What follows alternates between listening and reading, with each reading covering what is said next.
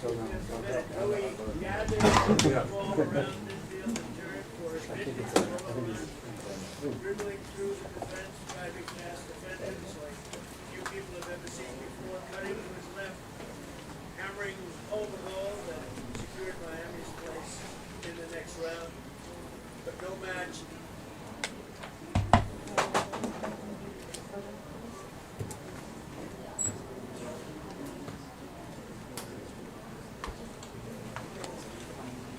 oh, yeah. That was, yeah.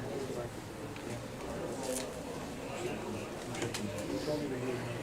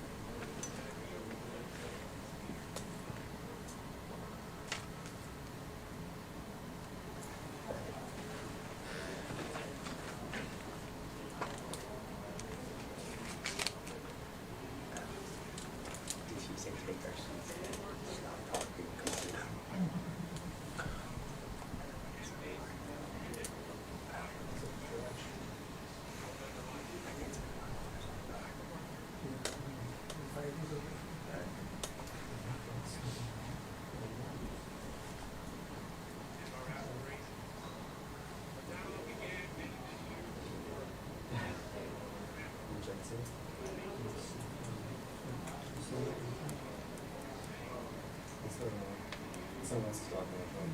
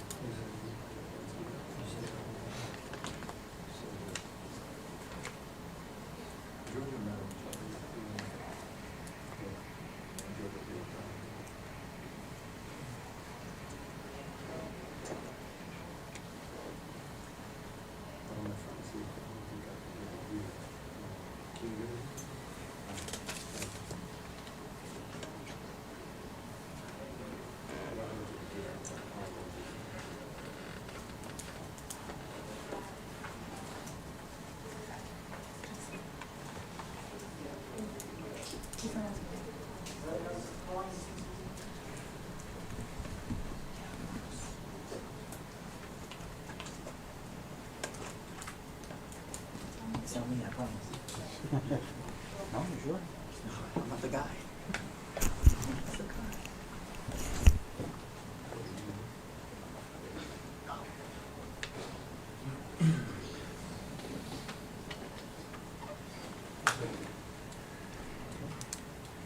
So God bless you.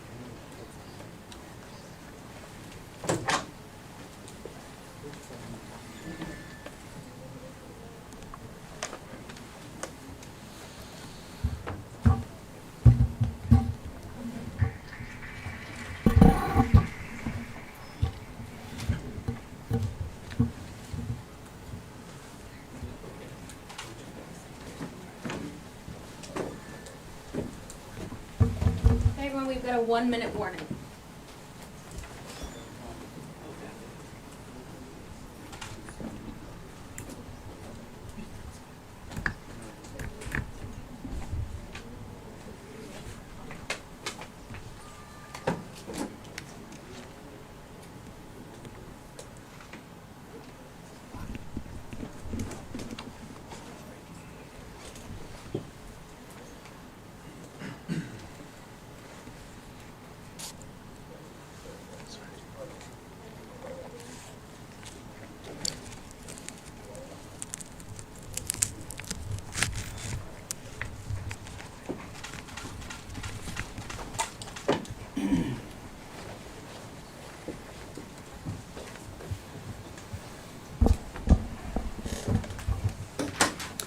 Well, good afternoon. I'm honored to stand right here today alongside one of America's finest, Admiral Brad Cooper, Commander of U.S. Central Command. We just had a chance to spend a couple of hours together, better part of 2 hours, going through the entirety of this operation, Operation Epic Fury. And Admiral, I want to thank you for everything you do and your incredible leadership, for your dynamic thinking, the way you're attacking this problem set on every level. In just days of Operation Epic Fury, you and your team have delivered nothing short of devastating, precise strikes, taking out the better part of Iran's navy, making it combat ineffective, neutralizing missile sites and launchers, and establishing total dominance over the skies we fly over and seas we fly over. Our forces are executing with unmatched skill, and the mission is advancing decisively. This is the kind of no-nonsense, results-driven warfighting that America demands. And you're delivering it in spades. You are the man for this moment. Admiral Cooper, on behalf of the President, the Department of War, and every American watching, I want to thank you for the outstanding job you and CENTCOM are doing. Keep pressing the fight, and we are with you all the way. A few thoughts before I hand it over to the Admiral for an update. Iran is hoping that we cannot sustain this, which is a really bad miscalculation for the IRGC in Iran. You see, there's no shortage of American will here. We remember and honor our fallen, those 6 that we will soon welcome at Dover, who gave everything for their country in this mission. We remember them. But we remember them by rededicating ourselves even more fervently to this mission. Our commitment to our mission objectives only increases as our advantages continue to increase. We've got no shortage of munitions. Our stockpiles of defensive and offensive weapons allow us to sustain this campaign as long as we need to. Again, our munition status only increases as our advantage increases. Our capabilities, we have only just begun to fight, and fight decisively. Having a chance to hear from Admiral Cooper. If you think you've seen something, just wait.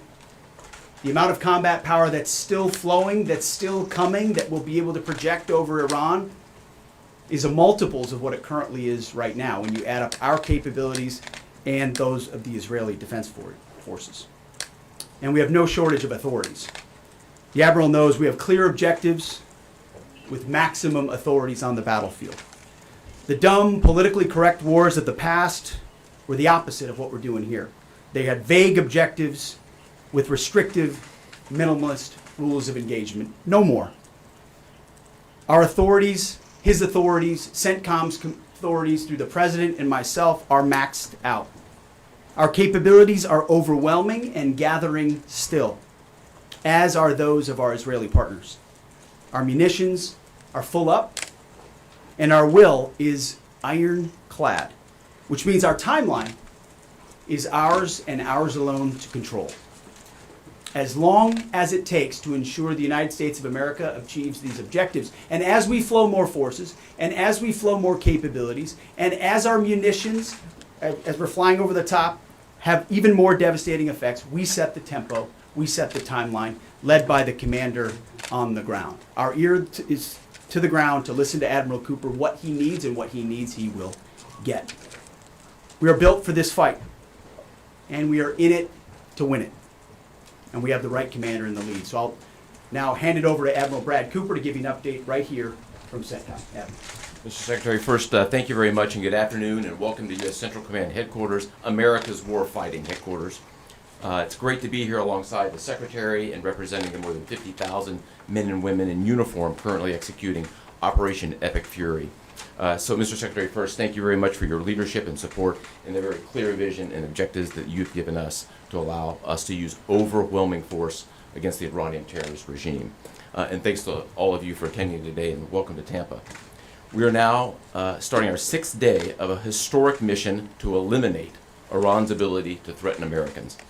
We are, if I could channel my inner Navy officer, we are at full speed ahead in executing orders given by leadership in Washington.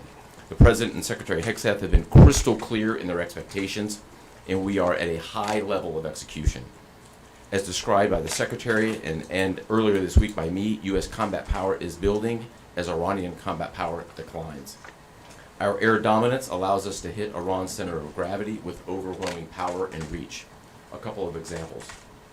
In just the last 72 hours, America's bomber force has struck nearly 200 targets deep inside of Iran, including around Tehran.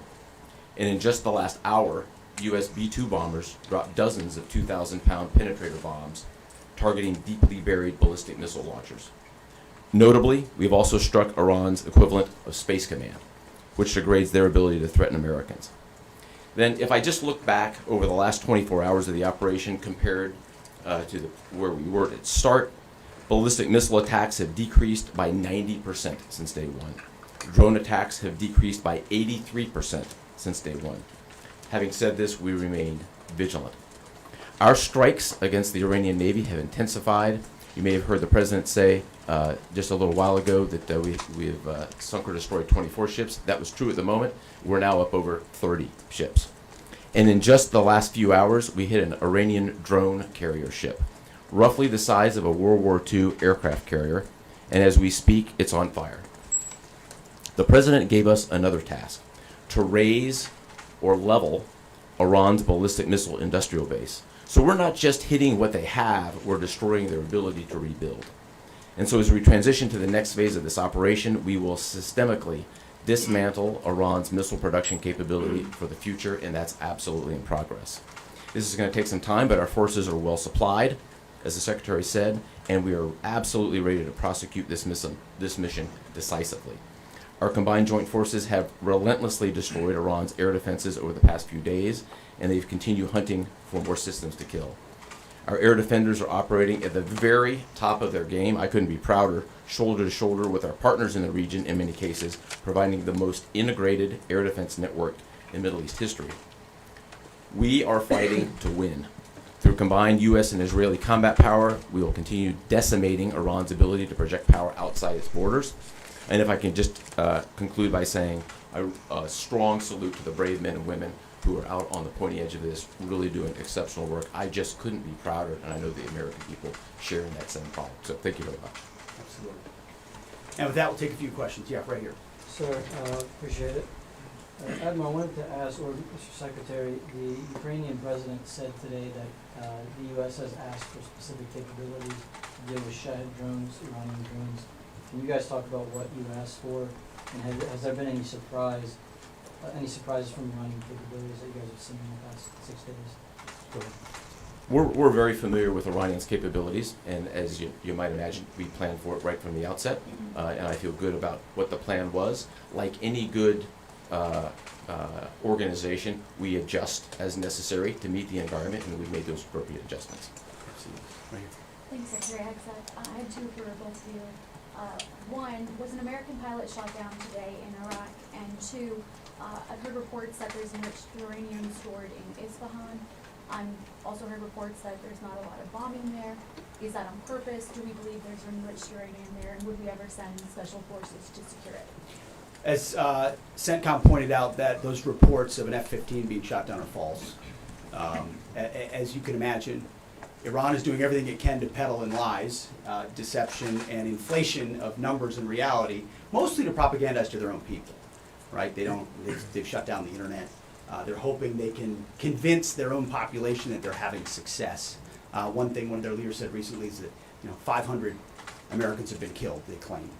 These are lies. The lies will continue. CENTCOM will continue to debunk those lies. So, and as often is the case in conflict, first reports are often wrong. As it pertains to nuclear material and things like that, one of the objectives the President has always said is that Iran will not have a nuclear bomb, nuclear capabilities, but we would never disclose what we will or will not do inside operational plans. So Admiral Cooper's got a plan. We're working that plan, and targets will be struck or not struck according to what we want to achieve. Yeah, right there. Secretary Hegseth, the President said earlier today in an interview that he would like to have a say in who's the next leader of Iran. Is this an expansion of your military objective? Do you view it that way? And additionally, you spoke earlier today about how previous leaders have drawn resources from our hemisphere to the Middle East. How do you avoid that? Well, there's no expansion. ultimately, I think the president's having a heck of a say in who runs Iran, given the ongoing operation we have. So there's no expansion in our objectives. We know exactly what we're trying to achieve. I think today's a great example of what this War Department is capable of doing. I was just in another part of Florida today where we announced, America's Counter Cartel Conference. 18 countries coming together from Central, South America, and the Caribbean, coming together to fight cartels. That is something that is ongoing.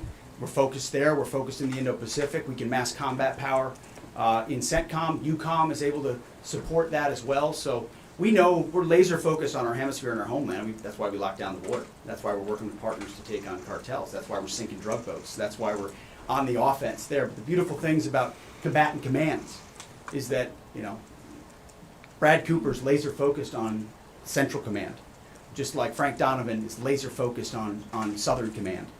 We can do both. That's what a global power can do. Ultimately, this issue of Iran's nuclear pursuit and their unwillingness through negotiations to stop it was something President Trump has said for a long time needs to be dealt with.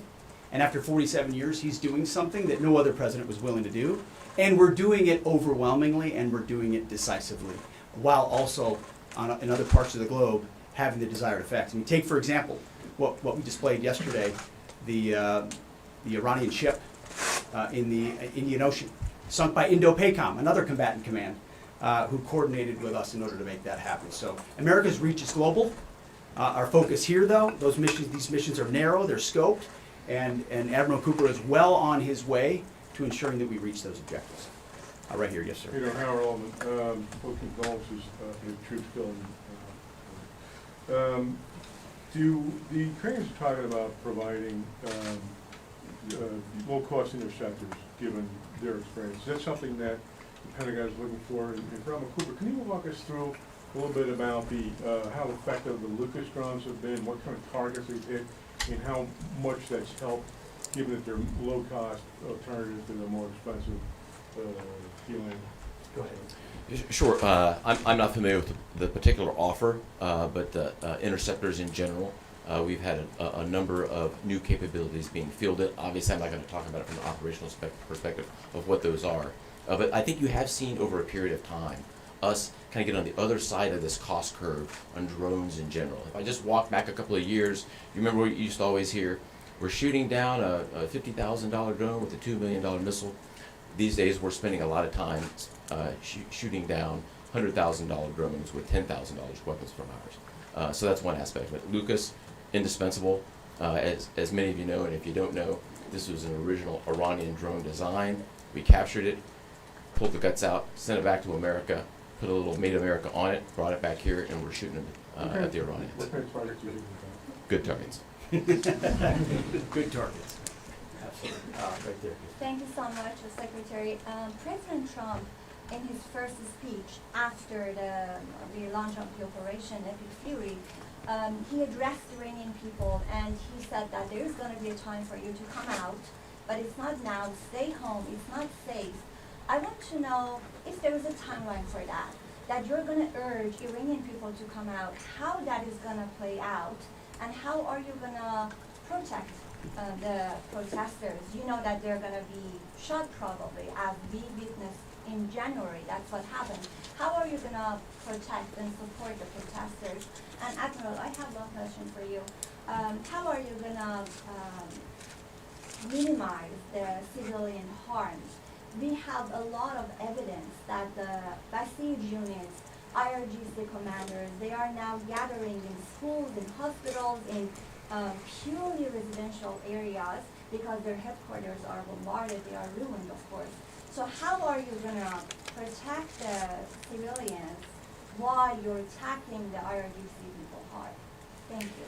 I would just say on the protests, obviously the Iranian people showed a lot of courage in those protests, and we saw the Iranian regime was revealed for what it is in the way they reacted to that. The world saw that. No one's done more than President Trump to reopen the opportunity for those who want a free Iran to do so.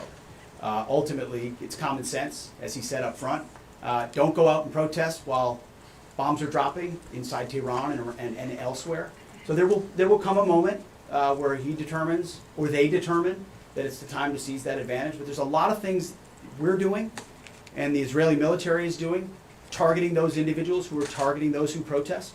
The more you do that and you erode their will and you erode their capabilities, the more you create an opportunity for people to boldly stand up.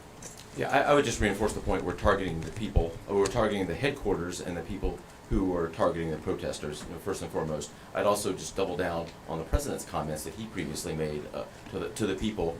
Stay in your homes, keep things calm, stay out of the way. There's a lot of U.S. and Israeli capacity coming over. We're hitting a lot of targets. The best thing for them to do for right now is just to lay low. Right here. Mr. Secretary, one common outcome of American military action in the past has been taking in thousands of refugees into the American homeland, and I'm wondering if there's any safeguards put in place to make sure that the American people aren't having to have another wave of refugees from the Middle East or anywhere else come and stay here. I think it's safe to say there's no plan for a wave of new Middle Eastern refugees to the United States of America. I think as the President has pointed out for a long time, there are a lot of countries in the region who would be capable of providing that kind of support if need be, but that's certainly not something we're planning on. Yeah, back there. Yep. Yes, sir. Michael in Washington Times. I wanted to ask, I know, Semper Gumby is always a truism in the military. Did the British decision to refuse Diego Garcia have any impact on the mission itself? Did you have to adjust, or were you able to just completely, go with the mission without even worrying about that? Well, as the President stated, it was unfortunate that that the Brits didn't, from day one, say, hey, go ahead and have access, but we got there. We got there, and that's now part of the way that we're operationalizing bomber runs. And it's part of, when we say more to come, it's more fighter squadrons, it's more capabilities, it's more defensive capabilities, and it's more bomber pulses more frequently. The amount of firepower over Iran and over Tehran is about to surge dramatically. And part of it is that we're going to have even more basing. And it's not just the UK. We've had other friends step up, and we're grateful for that. Maybe one more right here. Yeah, the Azeri president earlier today basically authorized his Minister of Defense to begin preparing troops for some type of retaliatory action after the airport strike. Has the Department of War and CENTCOM been working on deconflicting with the Azeri if they were to move in or attempt something in retaliation? I'm sure there are plans, and I'll let the Admiral speak to that, but that does allow me to kind of address this idea that the war might be expanding, or there's chaos, and nothing could be further from the truth. If anything, what Iran is doing by targeting allied countries that would otherwise want to stay out of this, they've actually pulled them into the American orbit. So now you've got UAE and Qatar and Bahrain and Saudi and Kuwait and others saying, hey, we're with you. We'll shoot with you. We'll fly with you. We'll defend with you. We'll allow you more basing and other a lot of which we can't talk about and won't talk about. But it's actually firming up the unity of the resistance in order to focus exactly where we need to. So this idea that it's expanding or going, no, it's actually simplifying in a number of ways exactly what we need to achieve and how we'll achieve it. I don't know if you add to that. I won't get ahead of policy in terms of what we might do. What I will point out is this is now the 12th country that Iran has attacked. 12 countries, and it goes right back to the Secretary's point. Those 12 countries are none too happy, and I look forward to working with all the partners who are willing to join us in this. And I would just close by saying, Mr. Secretary, one more question. What is your message to Americans who are concerned about security here at home with the change-up that we're going to see at the Department of Homeland Security? well, I think Christy Nome did an excellent job over there securing our border and keeping us focused on threats, and the President making a change. We all serve at the pleasure of the President. I'm sure Mark Wayne Mullen will do a fantastic job. He's been a friend of mine for a long time. But Christy did a great job setting us up for success. So I don't have any concerns about whether or not the homeland will be covered down on. And I'll just end by saying I wish every American could get a chance to see what we see. I had a chance to go into the control room, into the Tactical Operations Center, go see these young men and women that are doing this, the dedication that they show at every level, the way they've refined their craft. I'm talking to a young colonel who's iterating on how we target and how we find and fix different aspects of what the Iranians are trying to do. If they don't know what they're up against. And if they think they've got it solved for, they're wrong. And ultimately, the combination of our ingenuity, the skill, the professionalism, the discipline, and then the sheer weight of the capabilities of the U.S. military, what you're going to see may look routine. It may start to be like, oh, another boat. Oh, another launcher. Oh, another drone facility. What it takes to do this with the precision that we do is world-class. No one else can do it. And it's world-class Americans. Like the ones I saw here, like the ones that are coming home that we're going to greet home, that are the engine of what makes our country great. And so I'm so grateful for folks like those here at CENTCOM, at Central Command, who are under your command. Thank you for your decisive leadership. And all I'll say to you is what I say to them, keep going. Because the President and myself, we have your back. Thank you, Admiral. Appreciate it. Thanks very much. Mr. Secretary, how is this operation going to ensure Iran never gets a nuclear weapon? Hey, thanks so much. Yeah, Thank you. All right, Chris.